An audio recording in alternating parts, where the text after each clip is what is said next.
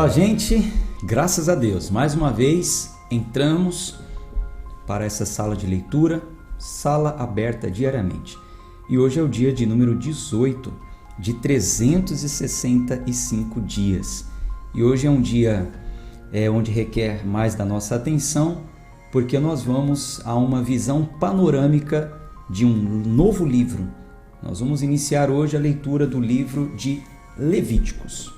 Talvez você diga assim: poxa, por que saímos dos Evangelhos, Novo Testamento e agora voltamos para Levíticos? Como eu falei para vocês ontem, é um plano de leitura anual de toda a Bíblia. Nós vamos ler toda a Bíblia, só que a gente vai ler e interpretar.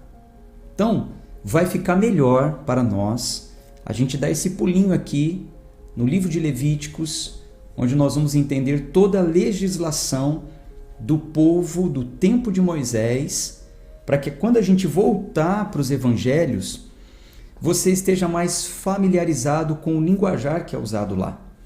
Eu sempre aconselho que comece pelos evangelhos. Nós já lemos Marcos, que foi um breve resumo, uma forma que ele tinha de falar, bem sucinta. Lemos Mateus, onde ele esticou um pouco mais, trouxe mais conhecimento. Agora ainda falta Lucas, dos 3 evangelhos sinóticos. Depois ainda vamos para João. Então assim, vamos dar uma pausa nos evangelhos. Vamos aqui ler e entender um pouco mais das leis. Porque quando a gente voltar lá para o livro de Lucas e você ouvir falar certas coisas, você vai falar: poxa, verdade, é isso que dizia a lei. É por isso que Jesus está dizendo isso. É por isso que os fariseus estão falando aquilo. Você vai entender o quão pesado era obedecer às leis, não só instituídas por Moisés, mas por causa dos acréscimos dos religiosos da época. Moisés disse uma coisa, os religiosos interpretaram de outra forma, e aquilo ficou muito pesado para o povo. Você vai ver que Jesus cumpriu os ritos cerimoniais dados por Deus a Moisés. Você vai ver ele cumprindo quando a gente estiver lá em Lucas. E na sequência, nós vamos ler um livro onde a gente vê a aplicação dos evangelhos. Vamos por partes, vamos com calma. Confie nesse plano. Tenho certeza que ele vai te ajudar a ler e a interpretar a palavra de Deus. Tá bom?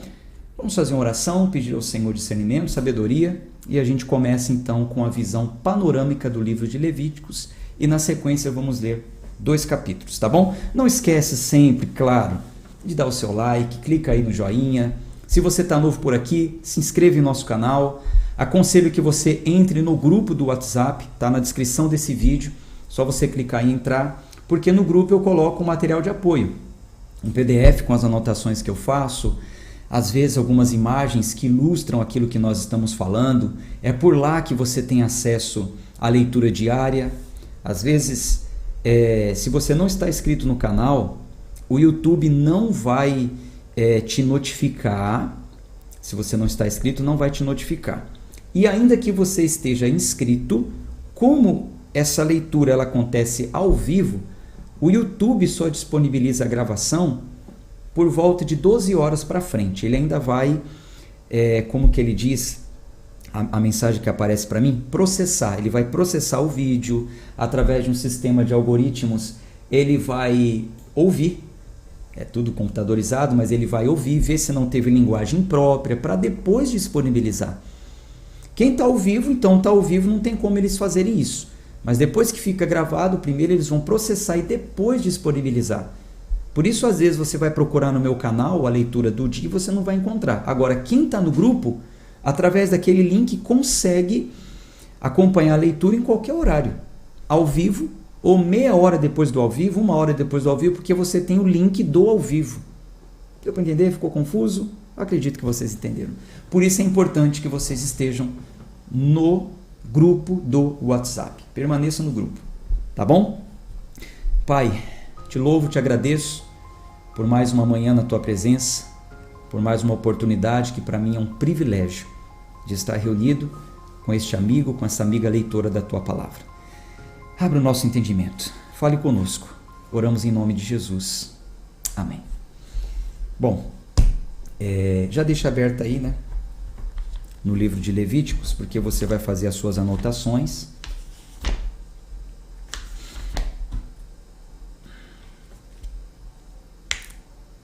Gênesis, Êxodo, Números, Levíticos, né? E Deuteronômio.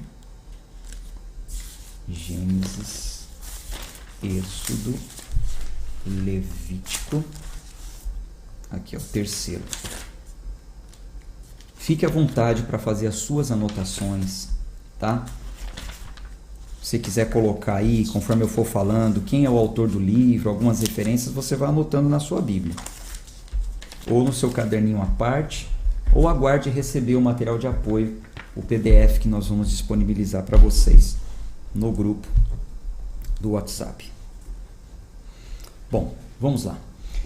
Visão panorâmica, a visão geral do livro de Levíticos. Quem é o autor do livro de Levíticos?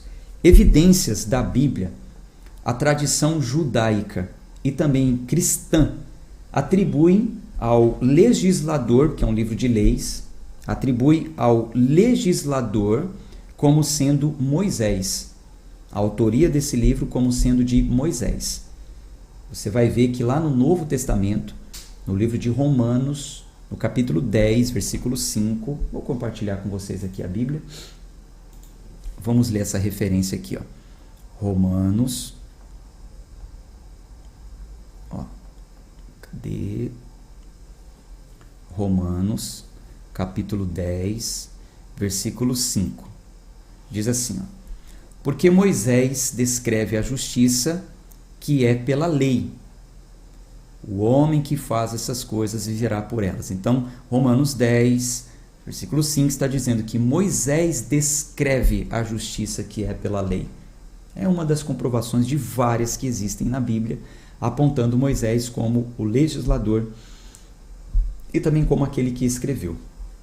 Tá? Então, Moisés aparece como o principal receptor das revelações de Deus do livro de Levíticos. Lá em Levíticos mesmo, no capítulo 1, versículo 1, você vai ver isso. Olha só. E o Senhor chamou Moisés e falou com ele do tabernáculo da congregação, dizendo. Então, aqui você vê que Moisés aparece como principal receptor. O Senhor chamou Moisés e falou com ele. Então, quem recebeu a revelação do livro de Levíticos foi Moisés. No capítulo 4 também, a gente vê aqui, ó, Levíticos capítulo 4, versículo 1. Ó, e o Senhor falou a Moisés. Então fica claro que o receptor é Moisés. Por toda a Bíblia diz que Moisés ele anotou a revelação que recebeu. A gente pode ver isso aqui em Êxodo, no capítulo 24. Deixa eu ver aqui, ó. Êxodo, capítulo 24, no versículo 4. Ó. E Moisés escreveu todas as palavras do Senhor. Veja que Moisés escreveu, ele anotou as revelações. E levantou-se de manhã cedo, construiu um altar, tal. A gente vai ler isso depois. A gente vê lá também no livro de Marcos, no Novo Testamento, confirmando. Lembra daquela regrinha que eu falei para vocês? Tudo que está escrito no Velho Testamento, que é confirmado no Novo Testamento, é válido para a dispensação que nós vivemos. Foi confirmado, então é válido. Se foi descontinuado, é só referência. Não se aplica, não entra como doutrina, não entra como fazendo parte da dispensação que nós vivemos, que é o tempo da graça. Então, Marcos capítulo 10, no versículo 4, confirma. E 5, olha o que diz. E eles disseram: Moisés permitiu escrever a carta de divórcio e repudiá-la. E Jesus disse.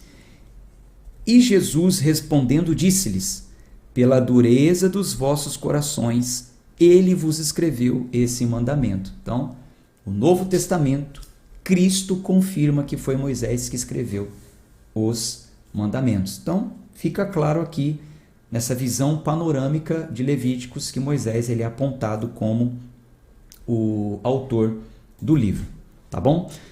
Um dos princípios que nós adotamos para a leitura com interpretação da palavra, que é aplicar a hermenêutica, foi nos atermos ao contexto, né? Ao contexto.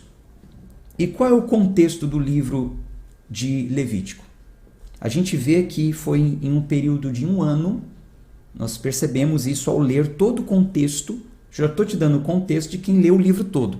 Você vai ler junto comigo e você vai perceber isso. Então, a gente percebe que foi escrito, foram coisas que aconteceram em um período de 1 ano após a chegada do povo ao Monte Sinai. Então, o povo sai da escravidão do Egito, mais ou menos ali no capítulo 19 do Êxodo, depois que eles saíram, foram até o Monte Sinai. Então, ali no pé do Monte Sinai, o povo faz um pacto, uma aliança com Deus. Moisés sobe ao monte e desce com os 10 mandamentos, que eram as leis. A partir daquelas leis, Deus orienta Moisés a construir um tabernáculo. Isso vai estar escrito em Êxodo 40, versículo 17. No material de apoio eu te dou essa referência. Então, Moisés recebe a instrução para construir um tabernáculo e recebe também todas as instruções que estão registradas no livro de Levítico. Por que do tabernáculo? Você vai entender, a gente vai conversando aqui, você vai perceber o porquê da construção do tabernáculo. Veja, Moisés mostrou uma importância muito especial àquela revelação que ele recebeu ali no Monte Sinai. Ele mostrou qual a importância que tem que se dar àquela revelação em todo o Pentateuco, nos 5 livros dele. Ele mostra a importância. A gente vai perceber que se repete do começo até o fim de Levítico a expressão: e o Senhor falou a Moisés. Então, não deixa dúvida, né, que ele foi instruído a escrever aquele livro, e tudo que estava escrito ali era, de fato, muito importante para que o povo pudesse ser dirigido, né, por Deus, cuidado por Deus. Então, a gente percebe isso lendo todo o contexto. Uma das outras coisas que nós adotamos como princípio para a leitura com interpretação foi: devemos nos ater à intenção do autor. Qual a intenção do autor ao escrever o livro? Então, nós estamos no livro de Levíticos, escrito por Moisés. Qual a intenção dele? O que está acontecendo durante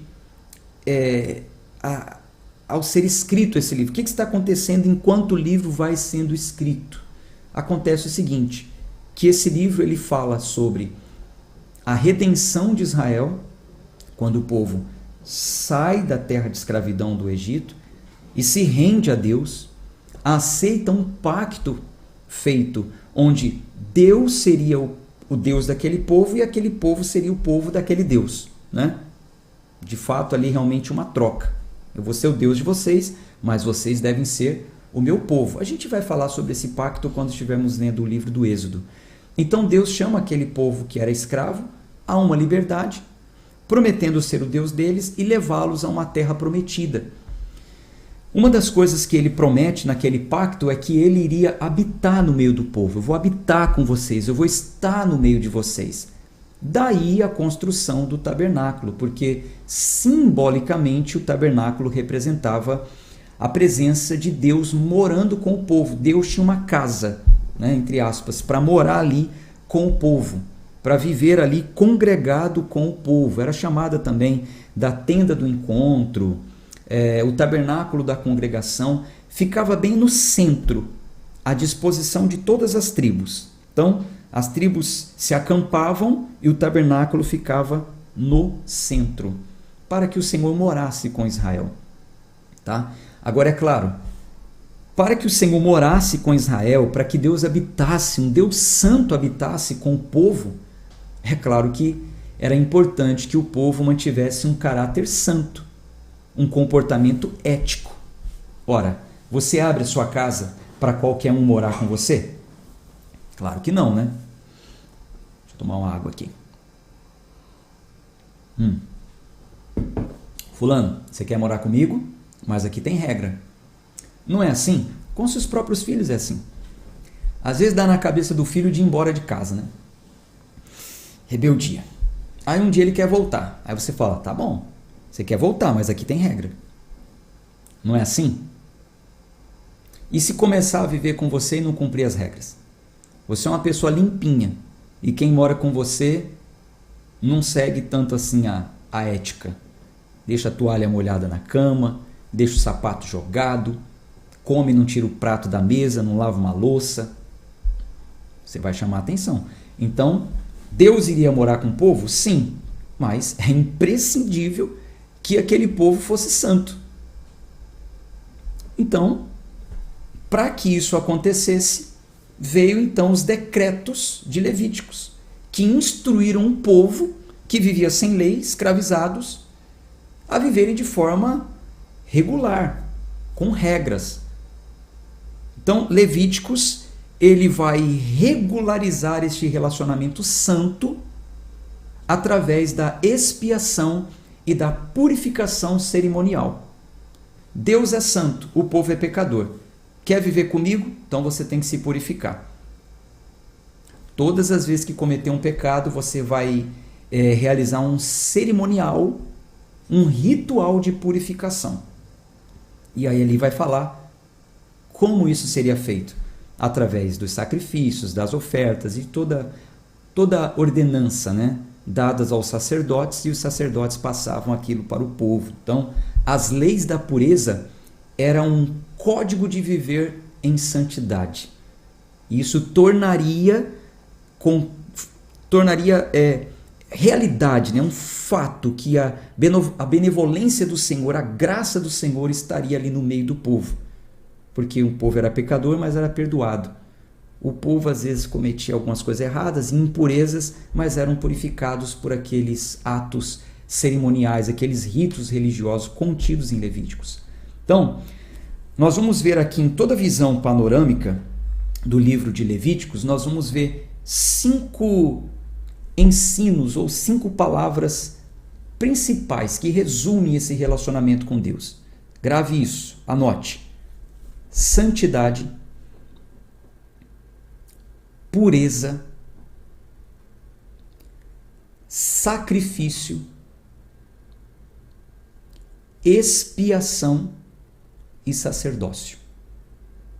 Então, no relacionamento com Deus, essas 5 coisas são essenciais: santidade, pureza, sacrifício, expiação e sacerdócio. Acredite, todas essas coisas Cristo cumpre no novo mandamento, na nova aliança, e nos ensina a como isso funciona na nova aliança. Por isso a gente precisa entender como era na velha. Quando a gente chegar na nova, vai ser mais fácil de você entender. Vamos falar um pouquinho sobre santidade. O que é santidade? Santidade é a visão principal do livro de Levítico. Deus é santo, então o povo precisava ser santo. O que acontece? Os sacerdotes vão ensinar o povo a diferenciar o que é santo e o que é profano. Como que eu vou saber o que é santo e o que é profano? Os sacerdotes ensinavam isso ao povo. Isso está em Levíticos 10:10. Nós vamos ler juntos. Pureza. O que quer dizer essa pureza? Limpo. Diferenciar entre o limpo e o impuro. Esses termos cerimoniais dizem respeito ao corpo físico.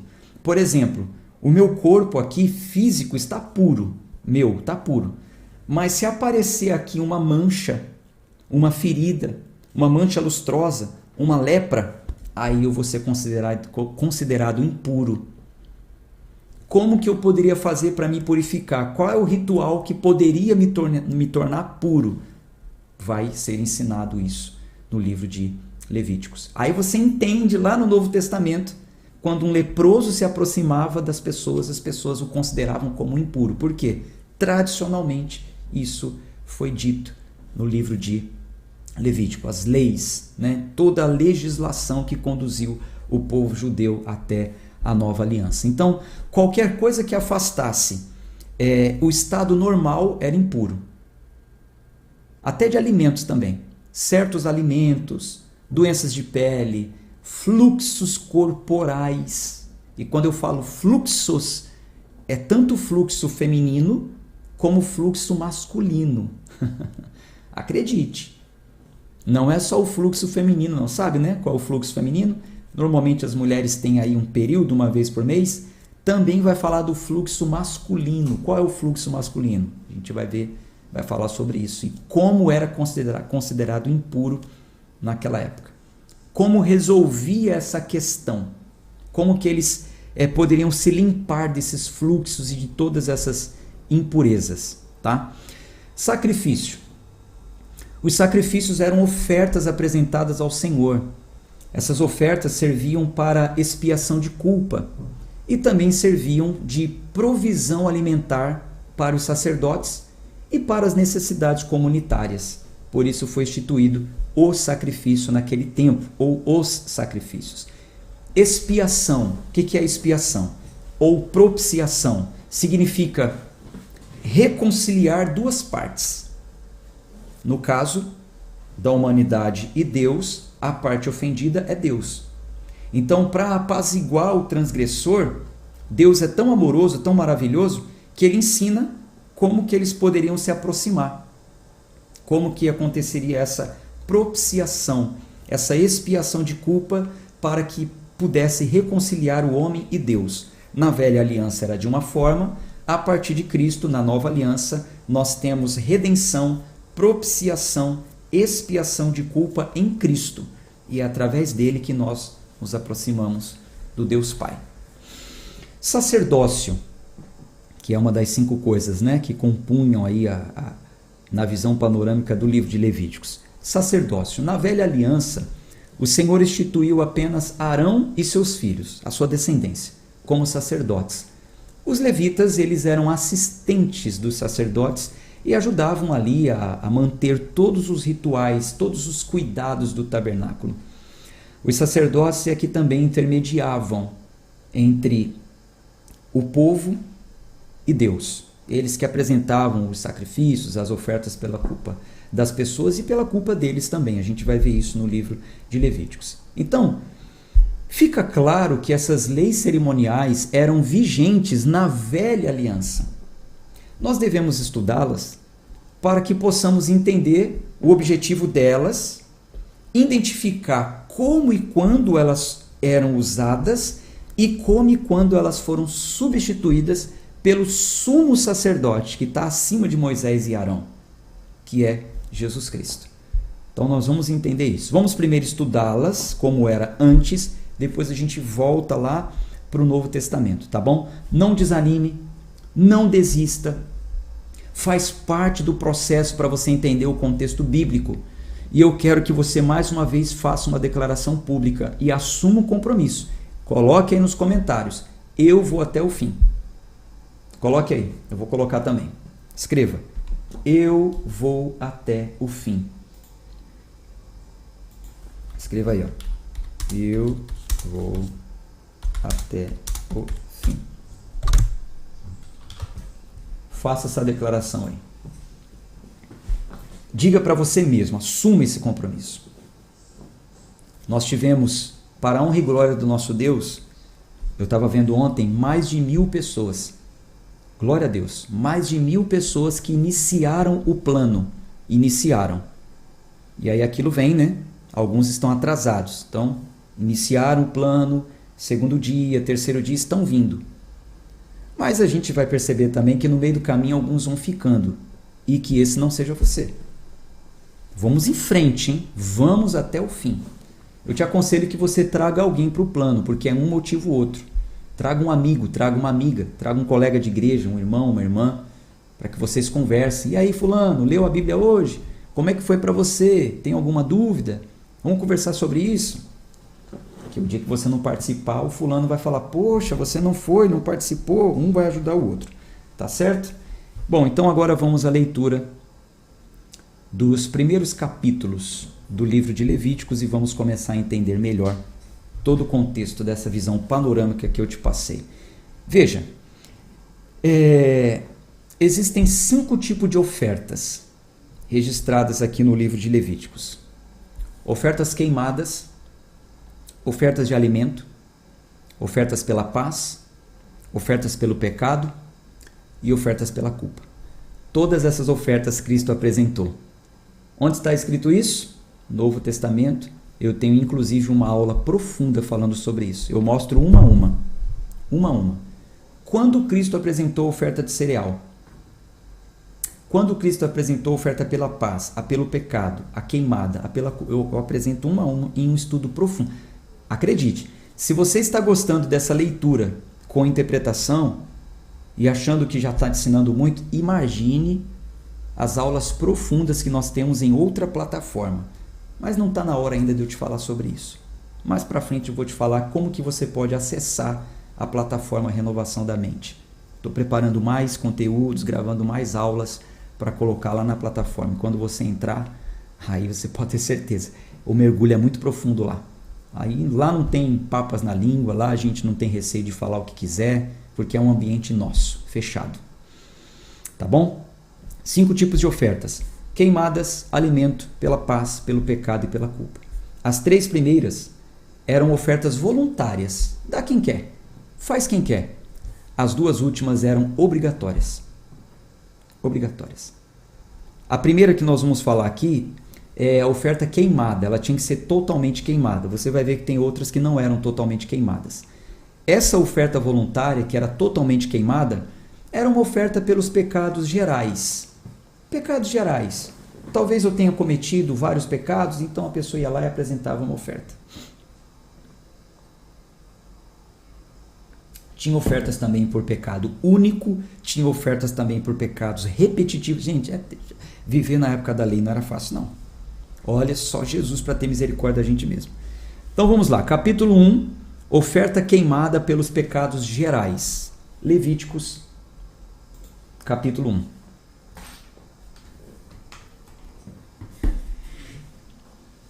Levíticos capítulo 1, vamos ler aqui uma breve introdução que eu tenho no meu aplicativo.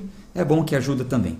Ó, o nome do livro vem da Septuaginta, a tradução grega do Antigo Testamento. Lembra que eu falei para vocês que hoje nós temos uma Bíblia em português graças ao rei James, que passou do linguajar, do idioma original para o inglês até chegar até nós. Então, no original, em grego, o livro vem da Septuaginta, que é a tradução grega do Antigo Testamento. Septuaginta é a tradução grega. Então foi passado do grego para o inglês, chegar até nós.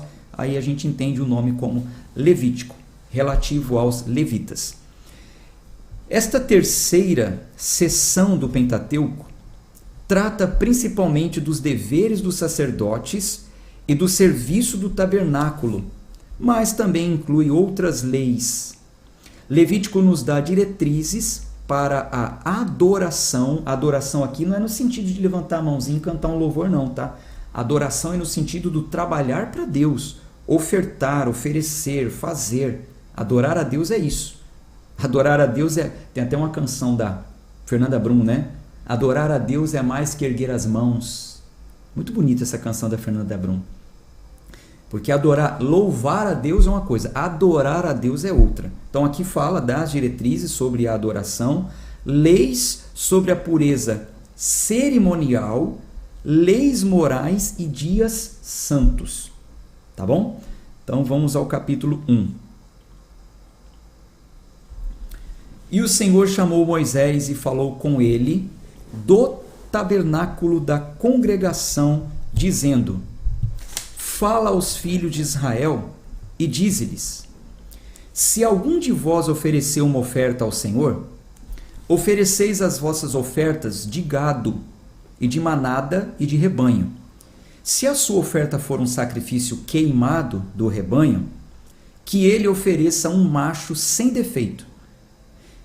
Ele a oferecerá de sua própria vontade, voluntariamente, à porta do tabernáculo da congregação perante o Senhor. Então, voluntariamente, ele pega a sua oferta e leva até a porta do tabernáculo. Versículo 4. Ele colocará a sua mão sobre a cabeça da oferta queimada, para que esta seja aceita por ele, para fazer expiação por ele. E ele matará o novilho perante o Senhor, e os sacerdotes, filhos de Arão, trarão o sangue e aspergirão o sangue ao redor, sobre o altar que está à porta do tabernáculo da congregação. E ele esfolará a oferta queimada e a partirá nos seus pedaços. Então, o que está acontecendo aqui? Ele pegava o animal, levava até a porta do tabernáculo, ele tinha que colocar a mão na cabeça do animal, simbolicamente transferindo os seus pecados, a sua culpa para o animal. Ele mesmo iria degolar o animal. Imagine a cena, como era traumatizante, com a intenção de fazer com que aquele ofertante não cometesse mais pecados, porque um animalzinho estava morrendo por culpa dele. Mas era assim que tinha que ser feito. O sacerdote pegava, levava o animal, colocava no altar, pegava o sangue e aspergia no altar, entregando assim a vida no altar. Certo? Versículo 7. E os filhos de Arão, o sacerdote, colocarão fogo sobre o altar e colocarão a lenha em ordem sobre o fogo. E os sacerdotes, os filhos de Arão, colocarão as partes, a cabeça e a gordura, em ordem sobre a lenha que está no fogo, que está sobre o altar. Mas a sua entranha e as suas pernas, você sabe, né? A entranha, né? Tudo aquilo que tem por dentro, né? O estômago, todas aquelas partes que tem por dentro. Então essas partes, né? Serão lavadas na água. O sacerdote queimará tudo no altar para ser sacrifício queimado, uma oferta feita por fogo de cheiro suave. As entranhas, né? Tem ali, enfim, fede, né? Tem ali fezes e tal. Então lava tudo. Imagina o serviço dos levitas, hein? Hoje em dia você vê na igreja aí, eu sou levita do Senhor. Meu irmão, será que você é levita como diz a Bíblia? Ou é levita só para cantar? Não é fácil não, a vida do levita. Se você quisesse ser realmente um levita, né, que hoje em dia não tem mais, tá? Tudo bem, é um título que se dá aí, às vezes em algumas igrejas, tal. É só um título para organizar cargos, mas no sentido real não tem mais levita não. Teria que fazer essas coisas aqui muito mais. Eu sou levita do Senhor, eu canto e não ajuda nem a lavar o banheiro da igreja. Eu tenho nojo. Eu tenho nojo de colocar a mão no vaso. O levita colocava a mão nas entranhas e tinha que lavar para que a oferta tivesse um aroma suave ao Senhor. Vai, levita, apresente uma oferta de aroma suave ao Senhor. Não é só cantar não, é ter vida de santidade também. Versículo 10. E se sua oferta for de rebanhos, a saber de ovelhas ou de cabras, para sacrifício queimado, ele trará um macho sem defeito, e ele o matará ao lado do altar em direção ao norte perante o Senhor. E os sacerdotes, os filhos de Arão, aspergirão o seu sangue ao redor sobre o altar. E ele cortará os seus pedaços com a sua cabeça e a sua gordura, e os sacerdotes colocará em ordem sobre a lenha que está no fogo que está sobre o altar. Mas serão lavadas as entranhas e as pernas com água, e o sacerdote trará isto e o queimará sobre o altar. Isto é um sacrifício queimado, uma oferta feita por fogo de cheiro suave ao Senhor. E se a sua oferta ao Senhor for sacrifício queimado de aves, então ele trará a sua oferta de rolas ou 2 pombinhos, e o sacerdote trará sobre o altar, e lhe torcerá a cabeça, né? E o sangue será espremido ao lado do altar. Meu Deus do céu, não é para qualquer um não, hein? E ele arrancará o seu papo com as suas penas e o lançará ao lado do altar, na parte leste, perto do lugar das cinzas. E ele deve fendê-lo com as suas asas, mas não a dividirá. E o sacerdote a queimará sobre o altar, sobre a linha que está sobre o fogo. Isto é um sacrifício queimado, uma oferta feita por fogo de cheiro suave ao Senhor. Vamos para o capítulo 2. Agora, o capítulo 2 vai falar sobre a oferta de alimento. A oferta de alimento era reconhecendo Deus como a sua fonte provedora e de prosperidade. Então as pessoas ofertavam a Deus das suas colheitas, reconhecendo o Senhor que proveu para mim. Era um ato de gratidão, de reconhecimento ao Senhor. Isso mais para frente acaba se tornando como uma lei, como um imposto, né? Dízimos e tal. Enfim, lembre-se sempre que nós estamos lendo um texto que era concernente a um povo que vivia naquela época em uma outra dispensação. Vamos entender para depois a gente ver como isso se aplica nos dias de hoje. Levíticos capítulo 2, versículo 1.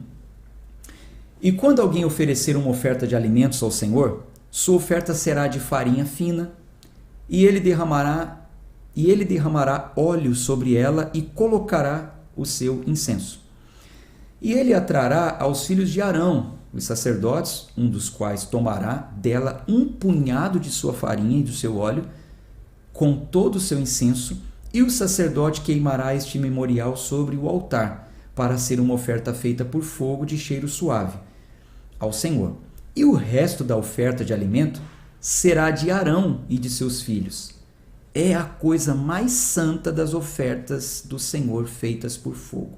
Então eles levavam a farinha, o azeite, o sacerdote pegava um punhado e queimava. E o restante? O que eles faziam? O restante serviria para alimentar o sacerdote e os seus filhos. Sustentava, os sacerdotes. Versículo 4. E se tu trouxeres uma oblação de uma oferta de alimentos, cozida no forno, será de bolos ázimos, de farinha fina, misturados com óleo ou coscorões, sem fermento, untadas com óleo. E se a tua oblação for uma oferta de alimentos cozido na panela, será da farinha fina, sem fermento, misturada com óleo. Tu a partirás em pedaços e sobre ela derramarás o óleo. Isto é uma oferta de alimentos. E se a tua oblação for uma oferta de alimentos cozido na frigideira, deverá ser feita da farinha fina com óleo. E tu trarás ao Senhor a oferta de alimento que se faz destas coisas, e quando for apresentada ao sacerdote, ele a trará ao altar. E o sacerdote tomará daquela oferta de alimentos o seu memorial e a queimará sobre o altar. Isto é uma oferta feita por fogo e de cheiro suave ao Senhor. E o que for deixado da oferta de alimentos será de Arão e de seus filhos. É a coisa mais santa das ofertas do Senhor feita pelo fogo. Então, perceba aqui fica claro que os sacerdotes, os seus filhos, dependiam das ofertas para sobreviver. Até aí a gente não vê nada de mal nisso. Foi o próprio Senhor que determinou. Então, dessa oferta de alimento, uma parte queima, a outra parte vocês se alimentam dela. Como que isso é substituído no Novo Testamento? Nós vamos ver isso quando nós vermos a igreja do tempo de Atos, do tempo dos apóstolos, as cartas doutrinárias que falavam sobre isso. Nós vemos o próprio Cristo falando: quando vocês forem, não leve provisionamentos, não leve ouro, não leve prata, não leve bolsa, porque digno é o trabalhador do seu salário, vocês vão ser alimentados. Então a gente vê que isso entra como ensino para os dias de hoje. Não há problema algum um pastor que é abnegado, que não é bivocacionado, que abriu mão do seu trabalho secular, trabalhar para o povo, em prol do povo, e o próprio povo trazer aquilo que sustente o sacerdote. O problema é quando há excessos, é quando passa disso. Vamos conversando mais, vamos lendo e conversando mais a esse respeito. Nenhuma oferta de alimento que trouxeres ao Senhor se fará com fermento, pois não queimareis fermento, e nem qualquer mel em qualquer oferta ao Senhor feita por fogo. Quanto à oblação das primícias, vós as oferecereis ao Senhor, mas elas não serão queimadas sobre o altar por cheiro suave. Então aqui está falando das primícias. O que eram as primícias? As primícias eram os primeiros frutos, a primeira colheita. Elas eram vistas como a melhor parte. Essas pertenciam a Deus. Isso acontecia uma vez a cada safra. Não tem nada a ver com dízimo mensal ou diário. Alguns pegam e querem colocar isso como lei para os dias de hoje, dizendo que o dízimo tem que ser a primícia de tudo e tal. Não, primícia é uma coisa, dízimo é outra. Dízimo é um imposto. No Novo Testamento não entra esse imposto, mas entra de uma outra forma que vocês vão entender continuando na leitura comigo. A igreja do Senhor não está isenta de ter parte na missão, mas não mais como imposto. Enfim, a gente vai falar sobre isso. Vamos nos ater à leitura. O que eram primícias? A primeira colheita da safra. Então, olha, eu plantei aqui espigas. Nasceram muitas. Então, as primeiras que nasceram foram essas. Essa eu levo, não queimo. Essa eu ofereço como oferta ao Senhor e os sacerdotes vão se alimentar disso aqui. Mas vão nascer muito mais naquela mesma safra. Todas aquelas que nascerem é da pessoa. Então não é uma coisa diária. Não é uma coisa mensal. Se só tivesse uma safra uma vez por ano, então era uma vez por ano apenas que eles apresentavam aquela oferta. Então, tudo isso, gente, são leis civis e cerimoniais que conduziram o povo até a vinda de Cristo. Tá? Vai gravando isso, vai aprendendo isso, para que vocês possam interpretar da forma correta. Versículo 13. E toda oblação da tua oferta de alimentos temperarás com sal, e não deixarás faltar o sal do pacto do teu Deus na tua oferta de alimentos. Em toda a tua oferta oferecerás sal. E tu oferecerás oferta de alimentos das tuas primícias ao Senhor. Oferecerás a oferta de alimentos das tuas primícias, de espigas verdes de grãos tostados ao fogo, grão trilhado de espigas cheias, e tu derramarás óleo sobre... Quando falo oblação, desculpa, eu não te falei. Oblação mas mais para frente a gente vai ler, vai falar sobre isso. Oblação era uma oferta que tinha algum líquido derramado também. Azeite, em alguns casos, qualquer líquido derramado. A gente vai ver mais para frente aí. Era uma oferta de oblação. Na verdade, a oferta de oblação, algo com líquido derramado, era uma oferta que anunciava a próxima oferta, que era a oferta de sacrifício. Eu vou falando aos poucos para você ir pegando e entendendo. Cristo também fez isso. Vou te dar já um adianto aqui. A oferta de oblação de Cristo foi o sangue dele derramado. Mas, existe um estudo muito profundo que fala sobre isso. Versículo 15. E tu derramarás o óleo sobre ela e colocarás sobre ela incenso. Isso é uma oferta de alimentos. E o sacerdote queimará o memorial disso, parte do grão trilhado e parte do seu óleo, com todo o seu incenso. Isto é uma oferta feita por fogo ao Senhor. Então, uma parte era queimada como memorial. Por que como memorial? Porque ela anunciava o que estaria sendo feito. Então, parte por memorial, para lembrar de um sacrifício que seria feito. Cristo, como oblação, ele derrama o seu sangue e antes de derramar, antes de ir para a cruz, antes de ser o sacrifício, ele oferece a oblação. O que seria derramado? Ele pega o cálice e fala assim, este é o cálice da nova aliança. Fazer isso em memória de mim. Então, em memória, era uma oferta de memorial, porque ele seria morto. E anunciar isso até a minha vinda. Eu estou falando assim rápido, breve, estou falando para você que isso a gente precisa estudar, precisa se aprofundar para você saber ao certo, tá? Mas só para você ver como as coisas se encaixam, como tudo ia apontando para o sacrifício de Cristo, tá bom? Olha, eu procurei focar aqui na visão panorâmica, no início da leitura. Agora eu vou dar uma olhada nos comentários, se tiver alguma dúvida eu respondo vocês depois, mas eu já percebi que quando eu olho muito para os comentários a gente estica no horário, e como hoje requer mais atenção e mais tempo por ser o início de um livro, eu procurei focar aqui com vocês, mas eu vou dar atenção aos comentários, tá bom? Espero que você esteja gostando, espero que isso esteja lhe abençoando e assim a gente segue com o nosso plano, tá bom? Um abraço de fé e força e até amanhã, se Deus quiser. Tchau, tchau.